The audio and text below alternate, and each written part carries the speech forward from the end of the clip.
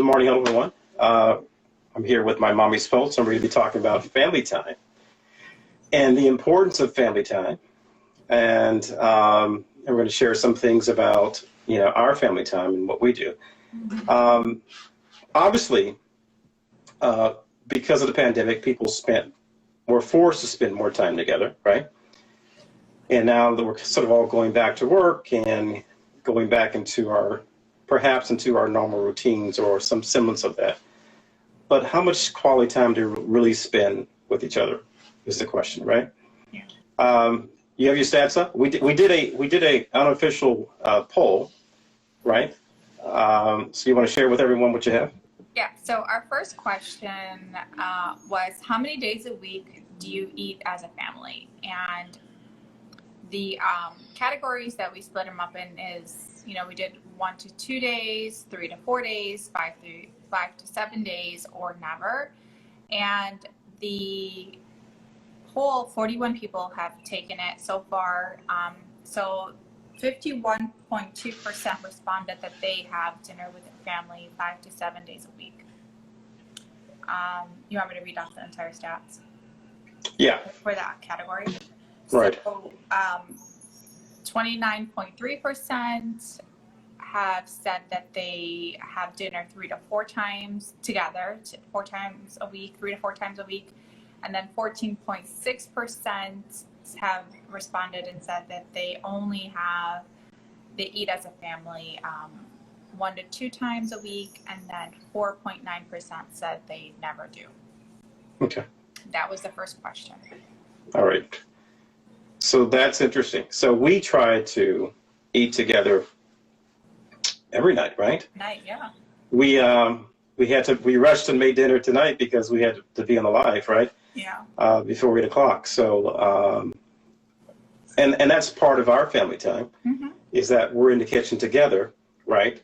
Like tonight, cooking and sharing in that way as well. And then Noah's getting to see us in the kitchen cooking together, which is a good message to send to him. It's also a good message to send to Aiden, who's my son. Aiden lives with us. He's 17. And it's good for him to see that as well. So that's what our family time looks like. And so you guys can chime in on what yours looks like, and if you cook with your significant other, or whatever. How many times do you guys eat with your family in a given week? For us, we're probably in that 5 to 7 range. Yeah. Is that fair, right? Yeah, absolutely. Because I think it's the nature of your job as well.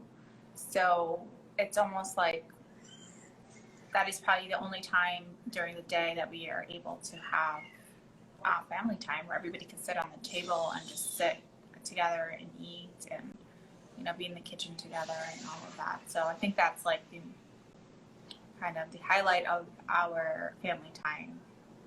Yeah. All right. What you got next? So our second question was, how many hours in a given week do you spend as a family doing extracurricular activities? And so we asked it was between, the brackets were 1 to 2 hours, 3 to 4 hours, 5 hours or more, or none. And 35.5% have responded and said that it was 5 or more hours. 29% responded it was 3 to 4 hours.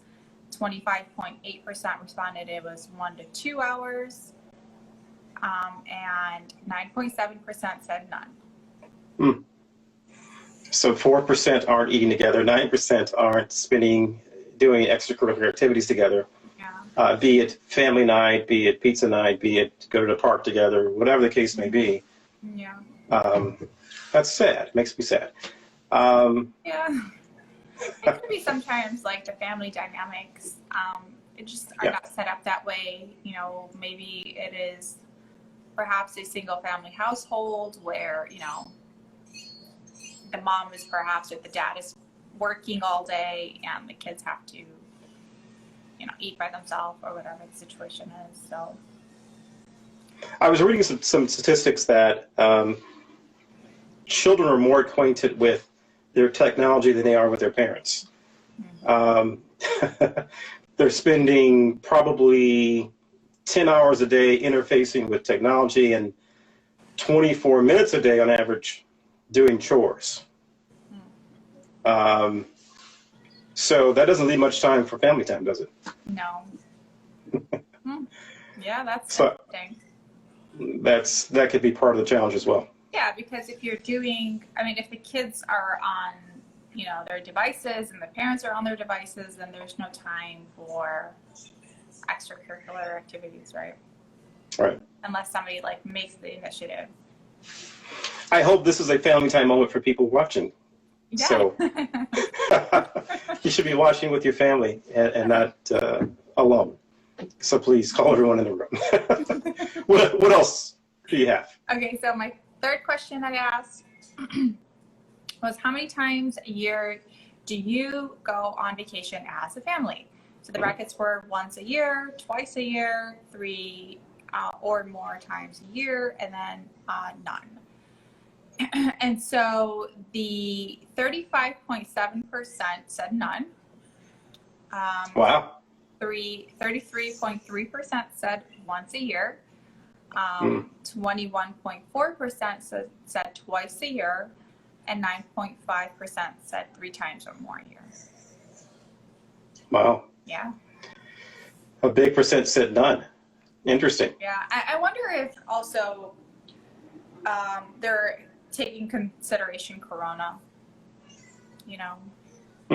Maybe that could be also. I've got some stats on that. You want to hear? Yeah. And this is from 2020, but pre-corona. Okay, so put it in perspective. 62% of parents take kids under 5 years old with them on vacation. Under 5. Okay. Under 5. Okay. 30% of families spend $2,000 to $5,000 on their vacations. Yeah. Yeah, that's pretty standard, right? Yeah. 22% of all families like to take road trips. I fall in the 20% club. Yes, you do. The 22% club. Yes, you do. I'm a road trip guy. Yeah. Anybody there with me? Who likes to take road trips? I like to take road trips. I had to adjust. Road trips are fun because you get to bond. You get to, again, it's kind of like being quarantined, but you're in that vehicle for 8 hours or whatever it is. And you have to do something. You have to talk to each other. You have to entertain one another, right? Yeah. So I find it really a good time to build those bonds. Yeah. Or the opposite could happen and you start to fight and that's not good. Yeah. No, well, now that ever since being with you, I now appreciate road trips. But prior to that, it was just like, it was torture. I did not want to be on road trips ever. Like, I just want to be on a flight, get to my destination, and then just deal with it there. But you've had me enjoy road trips with you. All right, so what else do you have for us? So this is the last question I asked. If you are now working remotely, how has this impacted your family? So the categories are it's gotten better, it's gotten worse, or it is no change at all. And 57.6% said it's gotten better. 30.3% said no change, and 12.1% said it's gotten worse. Wow. That 12% probably the same ones that said 4% no family time and 9% no extracurricular activities, right? So Yeah.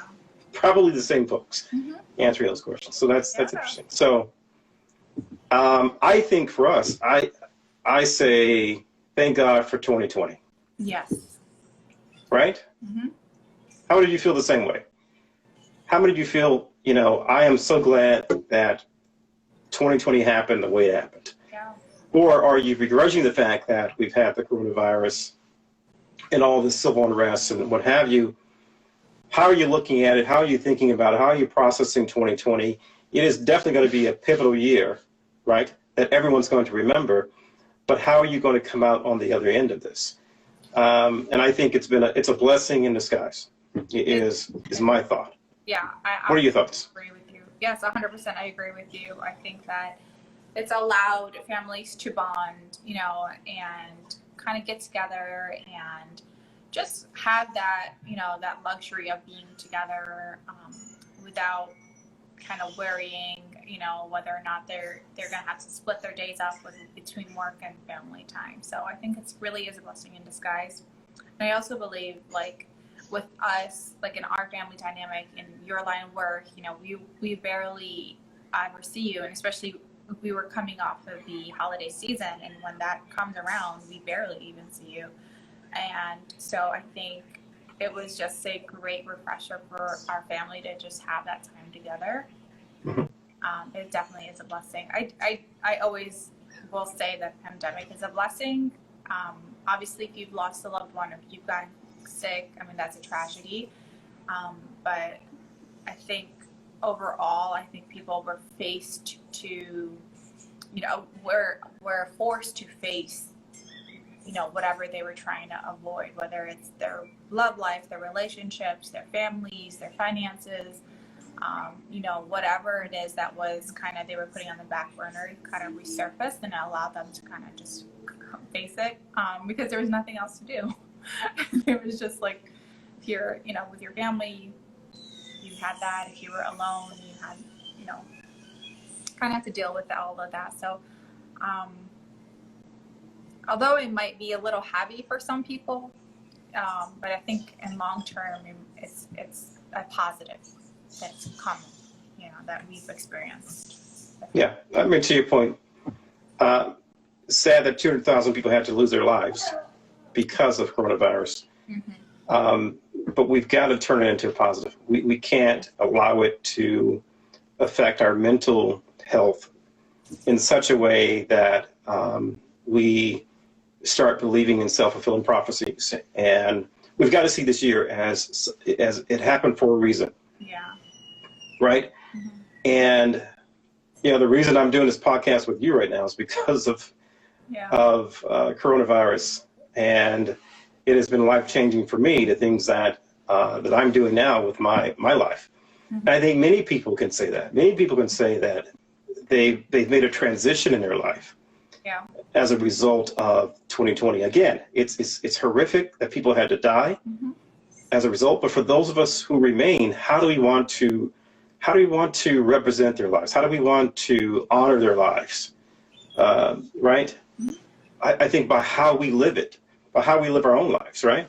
Yeah. So, that's what they would want for us to do, I think. And I think the civil unrest that's happening as well is a positive, because it's brought to the surface so many things that were not discussed. Now we're talking freely about it. Now we're talking about unconscious bias. We're talking about that in the workplace. We had a call today, and most of the call was about diversity and inclusion, but about unconscious bias. Wow. And we've never done that before. Yeah. Wow.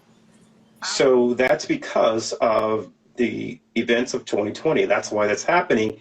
And those things were going to lead to progress. And it's how progress happens. There's always chaos, right? There's always something that happens that sparks progress. And I think that's what we're going to be gifted in 2021. But the question is, how do you want to end 2020, right? How do you prepare yourselves for the gift that 2020 has given you so that you can be ready to embrace that in 2021? You just have to let go of whatever you have been kind of battling with, And I think it also allowed people to see life simplified. People have all the clothes hanging in their closet, right? They had all their, jewelry, all their cars, everything that people perhaps are, motivated to go to work for or whatever it is. And pandemic came, and there was a running joke, I'm going to wear my, dress that I bought to the living room. You know what I mean? So it was just we found that all that stuff did not matter, and we can live without, spending our money on these things that didn't matter, and essentially boil down to what really truly matters to the core is, family time, And then when people start losing their loved ones, then that kind of gets them back into reality and just kind of simplified reality and what's important, what's not important. A lot of people had to either let go from their jobs, or they had to reevaluate their career choices. And in results of that, they started, their own businesses, their own, ventures, their own whatever it is that they were kind of holding off. Yeah, I think we have to learn the lessons of 2020. And if I think about it, I think I was sort of stuck in a rut. Yeah. Yeah. Prior to all this happening. And I don't know if anyone can relate to that. Mm-hmm.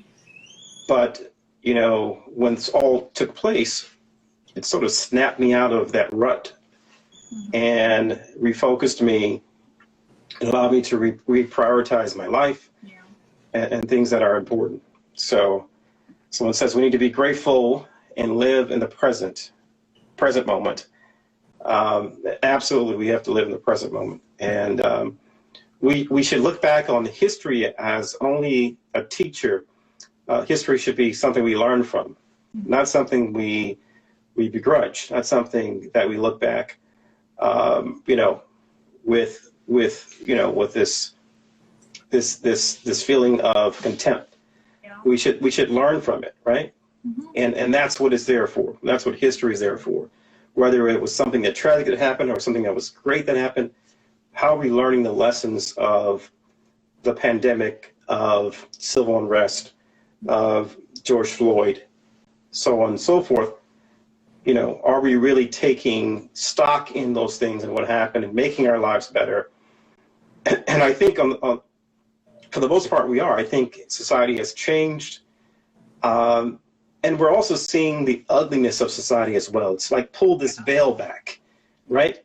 Yeah. And we're really seeing society for what it is. Like, oh my God, those kind of people exist in our, I think we knew that, but a lot of people are being surprised now by the attitudes of certain people in certain parts of the country. Mm-hmm.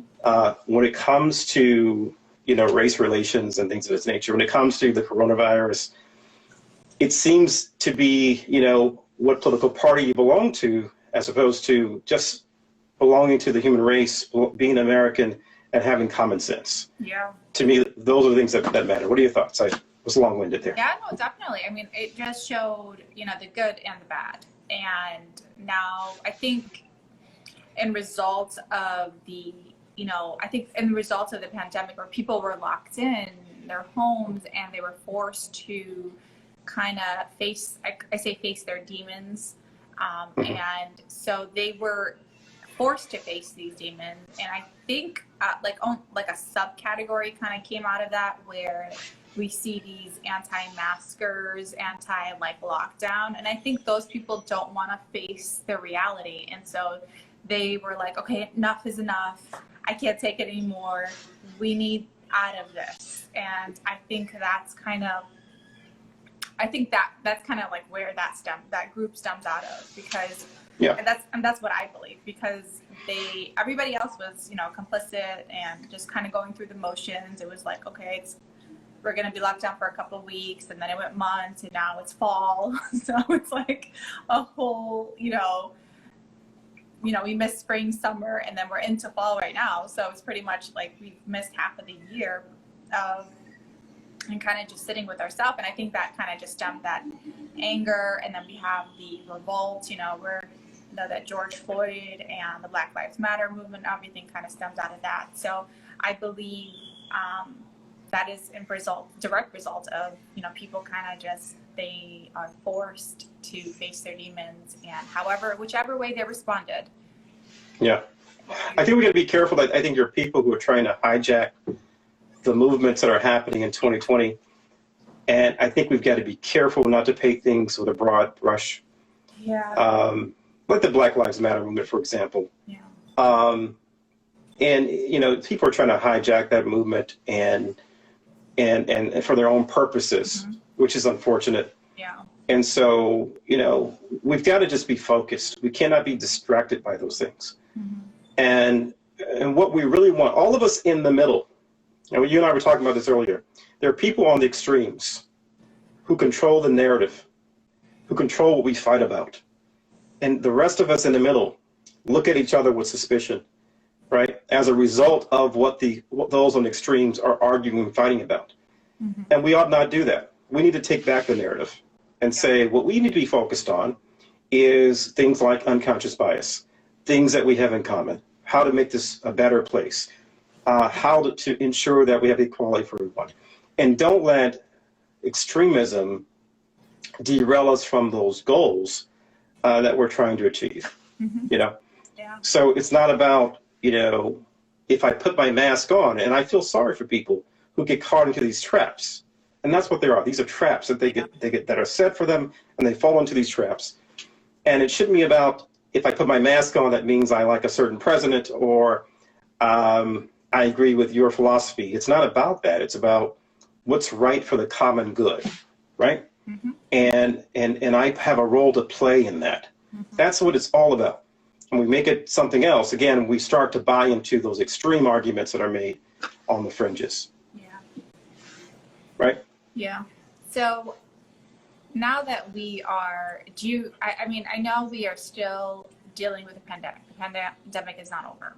And so society has adjusted, the United States has adjusted around the pandemic. And that's our reality. And so I think that we should start thinking of ways as a society of how we can, now that everything kind of is unveiled, what is the progress or the process of us kind of building the ideal society for us? And what does that look like? You know, everything has changed. Anything pre-COVID pretty much I think is going to be non-existent. Throw it in the trash. It's over. It's just not going to happen. I mean, I think about the way that we have set up remote learning for our children and remote work, you know, for our, you know, people, you know, companies have now decided to just keep the remote working. And do they really need their employers to go into work? You know, do they really need them there? Right. So they figure that out, that they don't really need them there. And they figure out a process that they can have them work from home and be productive. It's also challenging people who have a fixed mindset. And Aiden, who is my son, he lives with us, is in school, obviously, and he has a teacher who is elderly, let's just say that, and is challenged by technology, but she's having to learn how to use whatever they're using, Teams, whatever they're using, Zoom, I believe it is. And she's having to learn a new skill, right? Yeah. And so she's an example, I think, of many people who are being challenged in ways they weren't expecting to be challenged at this point in their life because they've learned all they want to learn. Yeah, right. And I talk about this all the time. The extent to which you develop yourself, the extent to which you grow yourself is the extent to which you can grow and develop others. Yeah. So this teacher is going to learn a new skill set and be the better for it, right? She may not think it in the short term, but in the long term, she'll be the better for it because she'll be able to have those skills that may help her in some other future situation. Yeah. So I think it's fascinating how it is stretching us in so many different ways, this pandemic. And many people will succumb to it, unfortunately, but many will rise and be better because of it, which is going to be interesting. I'm waiting for 2021, not because I want this year to end per se, but I think it's just going to explode with so much innovation. 2020 has done for us until like in 5 more years or something. I don't think we're going to see it in 2021 because we're still trying to figure out how to live around the pandemic still, you know. So other countries have, eliminated COVID, taken care of it. The United States had decided that they were going to live around it. And so we set up our life around the pandemic. And so is it going, once, it goes away or they find a vaccine or whatever the case is, are we going to still live like this, or are we going to have a different construct of society? So it's going to be interesting to kind of find out. Yeah. The thing is, the next argument will be to take the vaccine or not to take it. And maybe that's not for tonight's conversation, but Yeah. I think it's going to depend on how it is sold to the American people. I think if we rush this thing, if we rush it, if we do it too fast, if we do it with haste, and if we're trying to do it with the end in mind, which is get it done before the election or whatever, people aren't going to trust that. We know most vaccines take 7 years. Well, that's what experts today were saying, that it won't be developed until 2024. Like it's not even going to be anytime soon. And then they were going to say that it's obviously vaccines are not mandatory, but it's also not going to be mandatory. So it also I hope not, because we've been treating this vaccine differently, and we should, because it's more deadly than the flu. Yeah. But I think it is also the impetus for government to be a little overreaching. And so we've got to be careful. We've got to find the right balance. I believe we should wear the mask. I believe we should social distance. But we can't force people to take a vaccine. I don't think we should go that far. To me, that's an overreach. Yeah. The answer is somewhere in the middle. But we've got to, again, if you want people to take the vaccine, you've got to do it the right way and follow the steps and not rush it. Otherwise, it will seem too contrived and people won't trust the results. Yeah. What are your thoughts on that? Do you agree? I'm really excited for it, and kind of just to see where that goes, but it's exciting. So we've been talking about family time, and we sort of got off on a little bit of a tangent, but it's relevant only because family time has been impacted by the events of 2020. And that's why we're spending so much time on it, because it's bringing people closer together in some cases. It is also pushing people apart. Yeah. And that's unfortunate. Yeah. It's really testing the strength of your relationship. And in some ways that might be a good thing. But it's definitely ripping the Band-Aid off many things and forcing us to deal with things in real time and not procrastinate, right? You couldn't procrastinate like you could before. You couldn't say, oh, I'll just wait till next year. No, you had to deal with it now. You had to do something now. And that's the position we were all sort of forced into, this collective. How many people have joined social media this year? It's astounding, right? I mean, if you look at it for itself, people TikTok, right? I think, like they said, about 2 billion times it's been downloaded since the beginning of this year, some crazy number like that. And it was just like, wow. But a lot of people have quit their jobs after becoming very successful on TikTok, because they started cooking, or they started arts and crafts, or started DIYs or home decor, and they their accounts blew up and they became successful. They were able to make a living that they are capable of quitting their 9 to 5. And not since World War II have we seen so many people forced into action. That's a different kind of action, obviously, but it still was affecting the collective, right? Yeah. So coronavirus affected the collective and pushed us all into action. Yeah. And it was for us to decide what that action would be. But nonetheless, we were all sort of forced to say, I've got to do something today. The sourdough bread. Okay. Whatever it is. That was like the trend when COVID first started. So people were trying to, and yeast was like hard to find because everybody was making sourdough bread. It was wild, but. Do you remember when you couldn't find toilet paper? Oh my gosh, yes.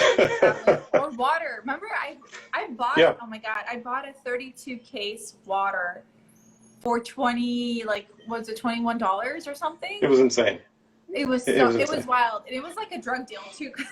And we had to buy, guys, have you ever, the tissue paper, the toilet paper that you get when you go to, I don't know, anywhere. And it's this size and it's so thin.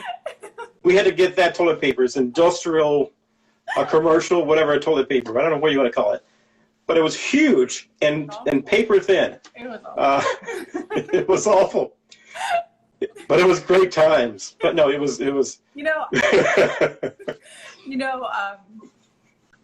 I had to get a bidet. Yeah, no, that was, yeah, I did. But that was on back order. But no, I forgot what I was going to say. Oh my God. Oh no, I know, coming together to put masks on, make masks. Remember that time where like there were, you couldn't find masks and then all of a sudden they became mandatory to wear and nobody knew how to get one. And so everybody just started to like make one from home. Yeah. Yeah. But again, I go back to World War II, where I think it's synonymous to that time where you had to take action, and life and death was involved in your action and inaction, right? You had to do something because you knew that the stimulus was going to run out. You knew that the extra $600 was going to run out at some point. And some you couldn't rely on that. They were not even furloughed; they were fired. What's that? She took a Barbie hammock and used it. Sorry. See, I remember I had to use like a scarf that goes around your neck. I had to use it around my face, but it was so thick and I was suffocating at times when I was out in the market. It was bad.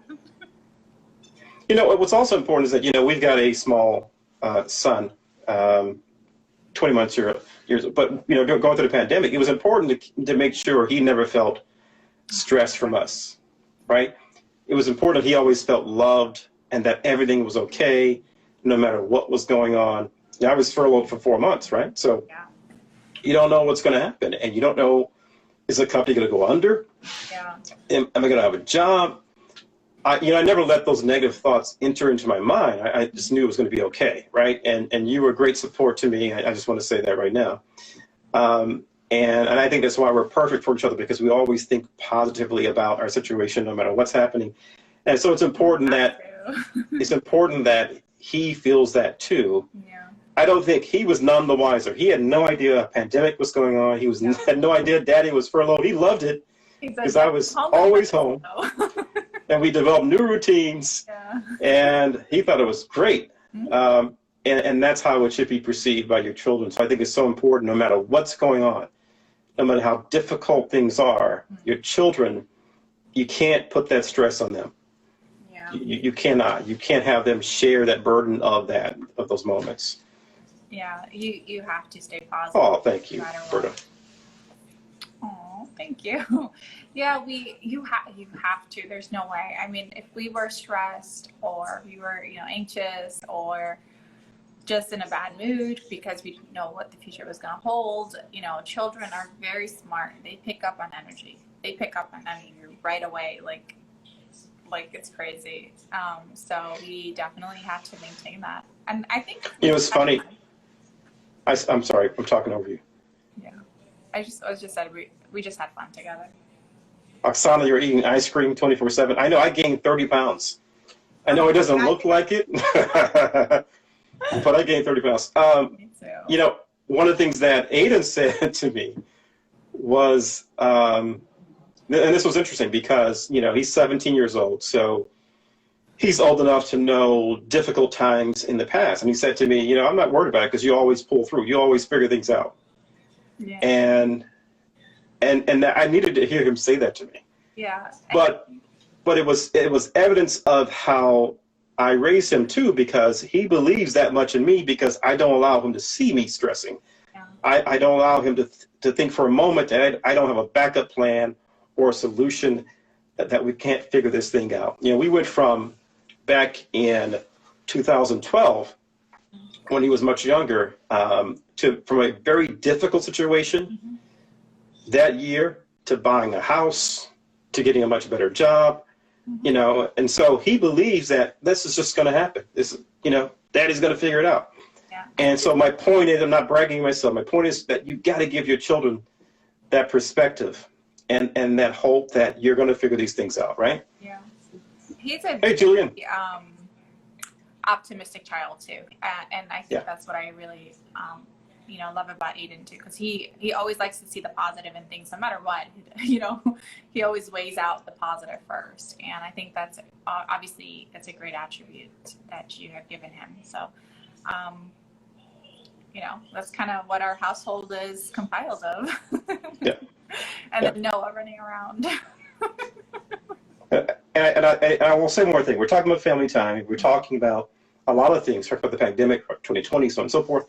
But I think it's important to have routines as well, so that you can be consistent in your relationship with your children and with your significant other. So, right? You agree with that? Yeah. I don't want to put words in your mouth, but we tend to have a routine to our day, to our week. We'll disrupt it every now and then with certain things. And the other thing I'll say is there's family on here right now. It's important to spend time with extended family. Yeah. Would you agree? Yeah. That's all you're going to say? No, yeah, 100%. I mean, that gives us an opportunity to spend, family time consists of that. So if you live around extended family, then absolutely you need to make time for that as well, and I think it's for your children so that they are seeing, aunts, uncles, grandma, grandparents, and, cousins, so that they are interacting with, the extended family of an extension of you pretty much, and they get to tell their version of you to them, and they see, whatever your version of them. I can't even I got you. I think I understand. I know what you mean because, I'm your husband, but I'm not sure if anyone else did. But I know exactly what you meant. Well. All right, any questions for us? Anyone have any questions for us about family time, about our relationship within the bounds, nothing out of bounds, that we can answer for you? I see hearts, but any questions for us? Again, we're talking about family time and the importance of that, and for those of you who just joined the show. Maybe we should ask a question like, what is a challenge or that they face during pandemic as far as That's a good question. Their family? Okay. So you guys heard the question. So what are some challenges that you face during the pandemic that you otherwise would not have faced? My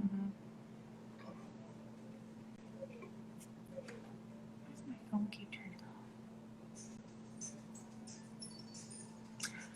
That's a good question. Well, you know what? More to come on that. Only because, Noah is a handful. Yeah, we need like 2 people at a time to watch him.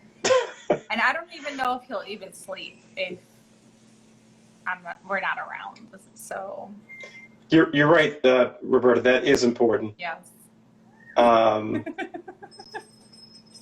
Awkward. Yeah, it was an awkward moment. But we've talked about it, and yes, we will have. There are date nights in our future. There are definitely date nights in our future. Yes, we're working on that. Yeah. Because the pandemic closed everything down, and then now it's kind of opening everything back. What would we do if you moved in? We probably would move out.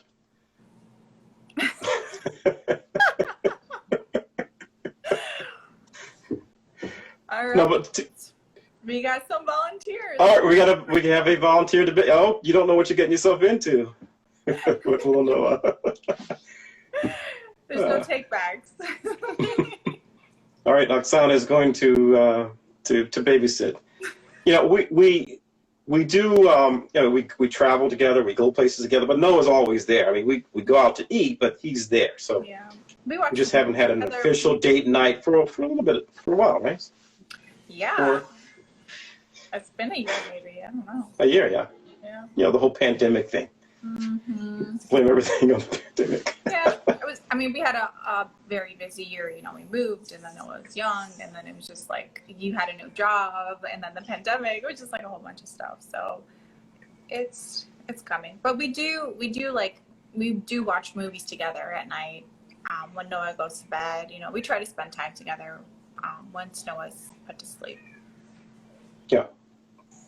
Yeah, we spend a lot of quality time together, and so date night would be just the cherry on top, if you will. Yeah. We got to get cute and go out. Have fun. That's a great idea, Roberta. She said we should do the show. So when we have date night, we'll do the show. How about that? We'll invite everybody with us. So you guys want to come with us on our date night? Is that? Yes. All right. In fact, that was my idea to do that during the pandemic, right? Do you remember? That was my idea to have everyone, you know. Oh, anyway, we'll talk. I don't want to give my idea away. Somebody might steal it, but we can. Yes, you see, it can be. Oh, so she's going to be the director. Okay, of date night. Love it. Love it. All right. And you can listen to our conversation as we have date night. That would be great. Are any other questions for us about family time? And talk to us about how you guys are spending your family time. You heard a statistic in the beginning. If you tune in the beginning, we did our own little informal survey, and many people are saying that their relationships have gotten better as a result of the pandemic. Mm-hmm. Many people are saying that they're spending more time together. Do I have this right? Tell me if I'm wrong. And many people are spending vacation together as a family. Most are going 1 week, and others are going 2 weeks. So it seems like there's been a positive happening as a result of the pandemic. Is that fair to say? Yeah. Right? Mm-hmm. Yeah, there's a lot Based on of the empirical evidence. family time. There's a lot of, you know, it's a high percentage that they are sitting, you know, every night and having dinner together as a family, which is very important, especially now that school started, and I think some jobs are back, you know, working back. They're not working remotely any longer. So that's very important too, to have that quality time, dinner time. Yeah, I agree. Couldn't agree more. Okay. Any other questions for us before we say goodbye?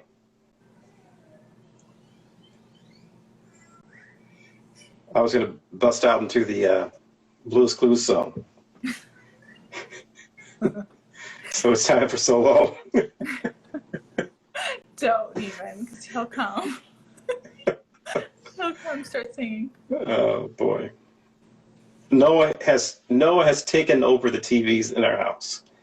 I cannot watch CNN or sports anymore without him saying Blue's Clues or Paw Patrol. He wants us to always put it on Blue's Clues or Paw Patrol. I have to say no, CNN. CNN. That's what we're watching. He is. Okay. He is determined. Oh, you know the song, Roberta? No. You got some little ones as well. But we'll sing one more song. Thanks for doing your part. You sure are smart. You know, me and he's looking at me. And my dog Blue. He's laughing. Come here, Mama. Okay, never mind. He's not coming? Okay. Who is Noah voting? Okay, come on. He can't vote. Really? For, Mo. like, Blue's Clues? Yeah, he's voting for Paw Patrol. If I had to guess. Do the propeller. All right, this is devolving into a different kind of show. So thank you, everyone, for, I'm reading the last comment here. Uh-oh, there's our alarm. All right, thanks, everyone, for joining the show. It's been real fun talking about family time.